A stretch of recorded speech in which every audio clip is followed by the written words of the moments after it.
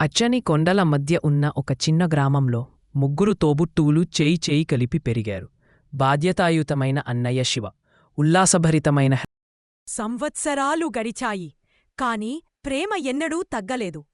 ప్రతి రక్షాబంధననాడూ సప్న ఉత్సాహంగా సిద్ధమయ్యేది తన చిన్ని చేతులతో. మరి ఈ సంవత్సరం శివ చాలా దూరంగా నగర ఉద్యోగం చేస్తుండగా అతని నవ్వు లేకుండా ఇల్లు అసంపూర్ణంగా అనిపించింది. రాఖీ రోజు ఉదయం సప్ల తానాజీ ఒక రాఖీ కట్టింది మరియు ఆమె హృదయం బరువెక్కింది. కాని అన్నా ఇంకా రాలేదు అని బాధపడుతూ ఉంది. అప్పుడే డోర్బెల్ మోగింది మరియు సిటీ నుంచి శివ పందక్కు వచ్చాడు.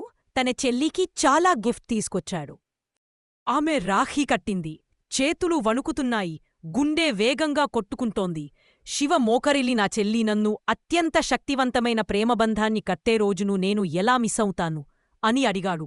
ఆ రక్షాబంధన్ నాడు వారి బంధం గతంలో కంటే బలంగా ఉంది. రక్తం ద్వారానే కాదు, ప్రేమ,